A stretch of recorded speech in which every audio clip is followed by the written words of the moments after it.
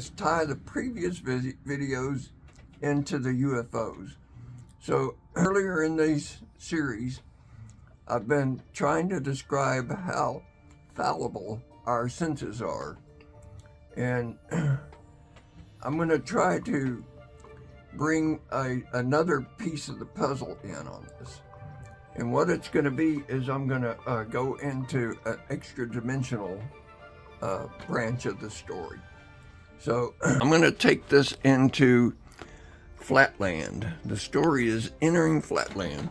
So in Flatland, there's left and right and back and forth. There's no up or down. That would be another dimension, 3 dimensions. So in Flatland, and this is a story I'm getting from Tibby's, and it's Tibby's hat. She's got a video just like this or similar. She does a better job, I'm sure. But her point is that how would I try to communicate with something that's in this Flatland when I'm a 3-dimensional person? I can't enter that because I'm above it. My fingertips could touch it, but they would just see little spots. So I might try, if I was going to want to communicate with them, is do something like this and turn the hat around backwards, and they're going to automatically realize something that doesn't match the physics as they know it has happened, because there is no way to turn that hat around the other way without lifting it off the page and flipping it over. It's the only way to do it. So that's one way to communicate with them. Now, next thing you might do is project a shadow. Let me try to do that with a flashlight. Okay, so the next thing we could try to do is project something into their world, like a shadow. And see, you could project this 3-dimensional stick man into their world just by the shadow, and they could see the shadow and understand it in their world somewhat. It might not look right, but it would be something that they could perceive, and perhaps you could communicate with them. Another thing is we could make a stick man like this, where it's actually a 3-dimensional stick man. I hope you can make out what I'm trying to show you there with his head and his arms, body, and his legs. So we've got a 3-dimensional stick man. We could project into his world by putting it like that. And now what they're going to see is that 2-dimensional stick man on their world.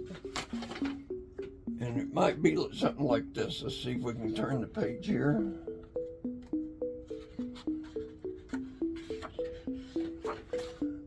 Okay, so when you enter their world, it might not hit evenly, so they might see something like this as it's introduced unevenly, and then as everything makes contact, it ends up like this.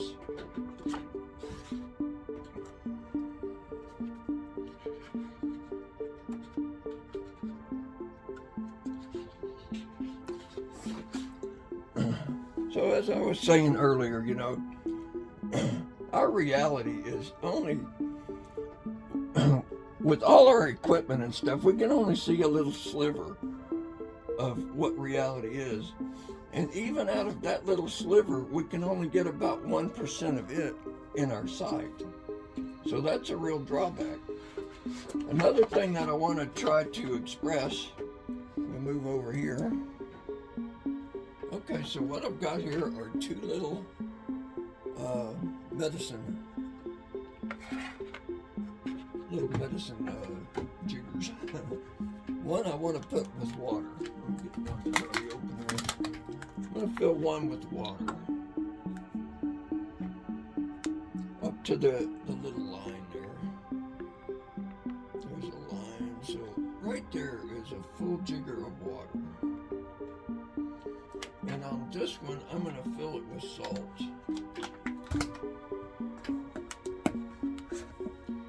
To the same amount. I'm going to put that salt all the way up to the line.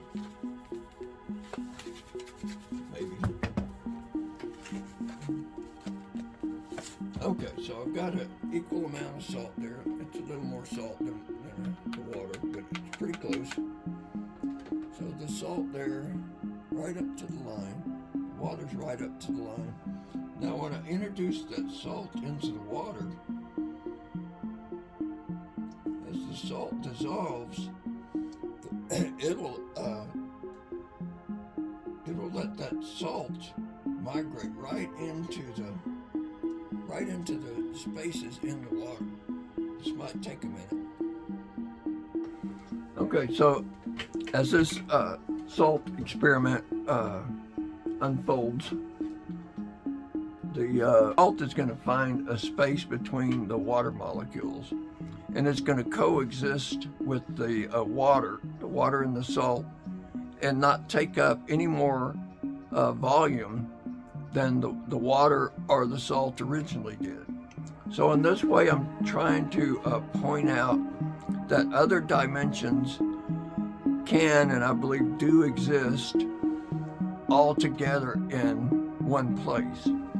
And words are not very descriptive of what's actually happening, because in some dimensions there is no place, there's no time, it's something different. So with that idea in mind, I'm introducing the UFO phenomena as from a different dimension. And I think that on the quantum level, the reason why quantum mechanics is so freaking strange is that when we get to that quantum level, we are actually at the membrane between the different dimensions. In other words, when we go smaller than a quantum, we enter another dimension. What I'm trying to show you with the demonstration of the flat land and the shadow and the little three-dimensional guy here, which, I mean, it's hard to imagine what I'm trying to show, but I'm trying to show this man as a three-dimensional object with a one-dimensional or two-dimensional feature in it. If you guys have followed any of the UFO stuff through the years, you'll know there's some kind of correlation between the nuclear weapons, the nuclear energy, the reactors that are in submarines and in Navy ships and in power plants and in nuclear bombs. And I think that the interest in that is because these nuclear explosions and reactions are penetrating that quantum barrier. In other words, when we explode nuclear weapons, we are doing something into their dimension, and they might not like that. And so they're here trying to investigate that. So, with that being said, that it's probably extra-dimensional beings. They're not having to come from Veda Particuli or whatever kind of these other star systems. They don't have to come a billion light years to reach us. That distance, that thing is a three-dimensional problem that we deal with, not them. A whole different thing. People get hung up on the distance problem, and when you start thinking about interdimensional things, there is no such thing as distance in some dimensions. You take space-time. During Einstein's period, the whole relativity thing is based on that space-time is a different dimension than the 3D world. So we're experiencing a fourth dimension in our three-dimensional world because space and time aren't physical things, but they protrude into our three-dimensional space. So in that way, you can see that other dimensions can interact together without really being noticed, because people don't really consider time as being an extra dimension. Most people think of it as just a way of counting, the movements of the sun or something like that, the minutes of the day, which, it is, but that's not what time is. If it was just a measurement like that, why would different masses affect time different ways?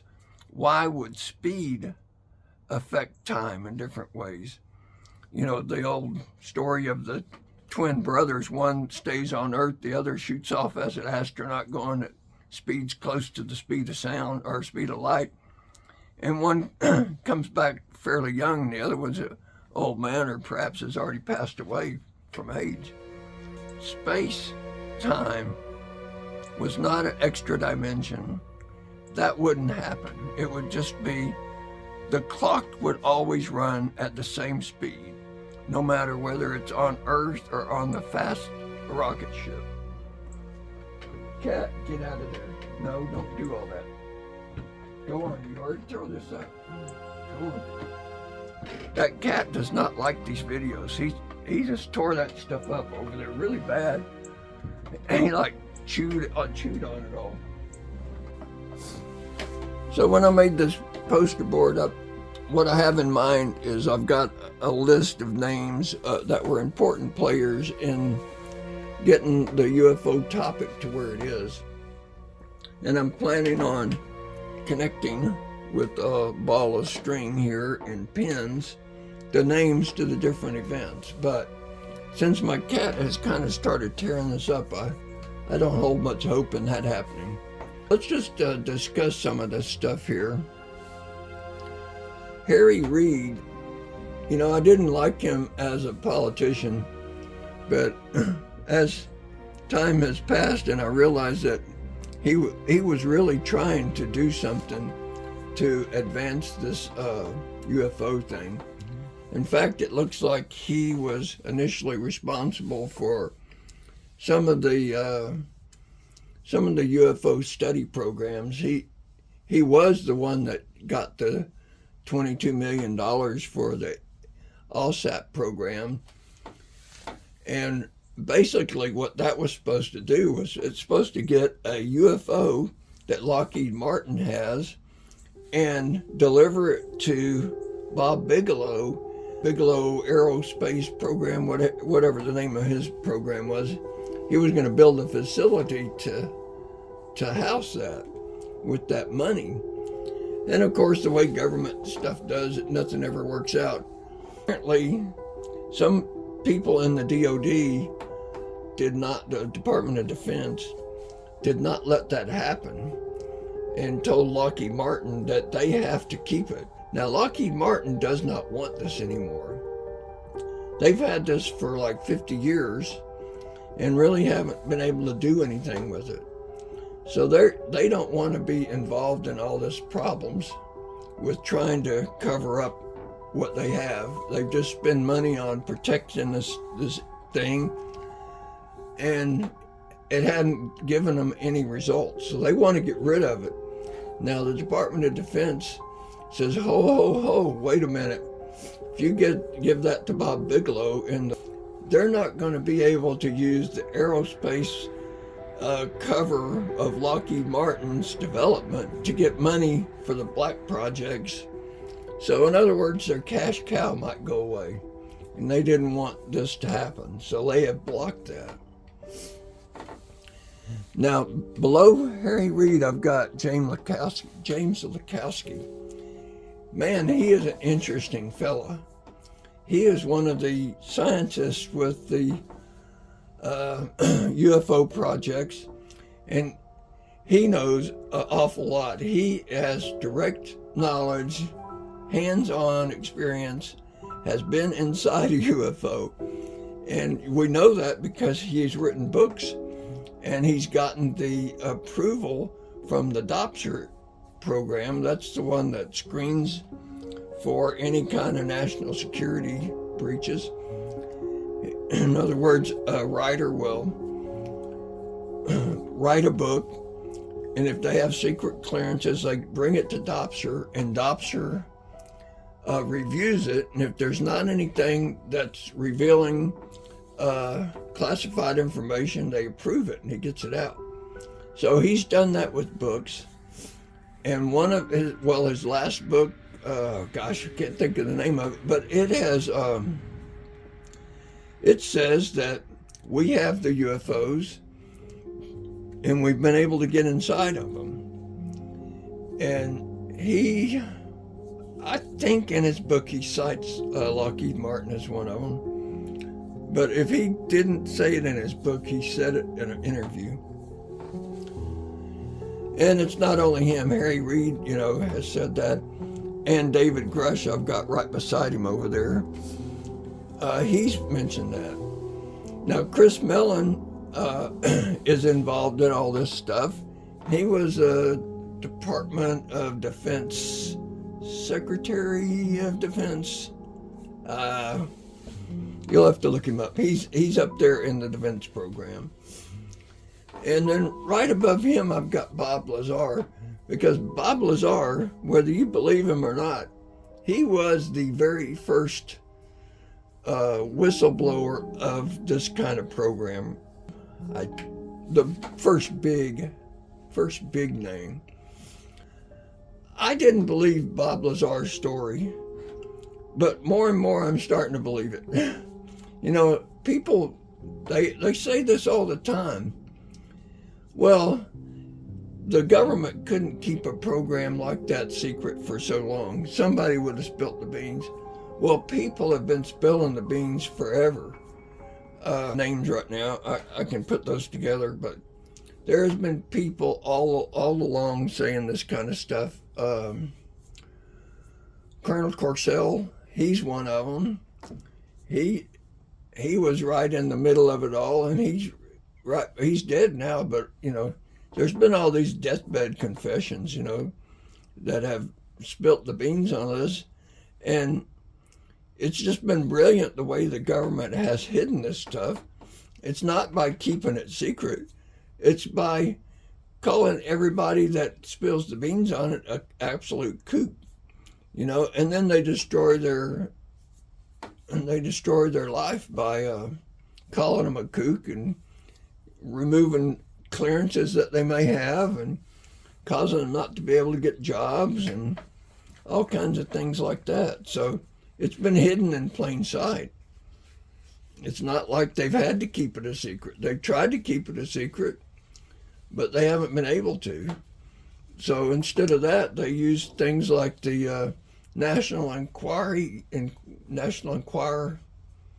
those little tabloid newspaper things that you see at the grocery store with these ludicrous pictures, with the president shaking hands with aliens and stuff. And of course, everybody takes one look at that and they know it's absolutely bonkers. But that's another way they hide it. They put it right out in front of you in a way that you're not going to believe. So they cause you not to believe what's going on in many, many different ways.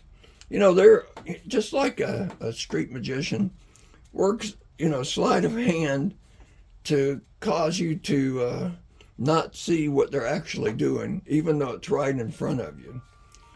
And in that way, that's the way the government has done things, or certain pieces of the government, certain people in the government.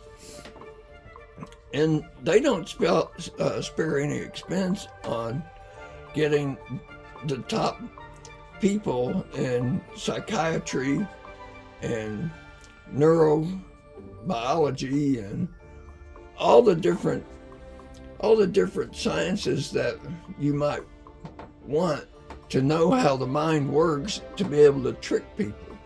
And they've employed that all against the American people for all this time. Okay, so I think that's enough for now. I'm going to go through all this list of names, and these equations over here I might just brush up on. But the main thing is I want to try to explain what all the problems people are having trying to bring this into their world's reality. You know, like the question of why haven't we heard this before? How could they possibly kept a secret? How could these things come from 200 million light years away and visit us here and then crash when they get here? Well, there's really easy explanations for all that, and that's what we're going to try to do here.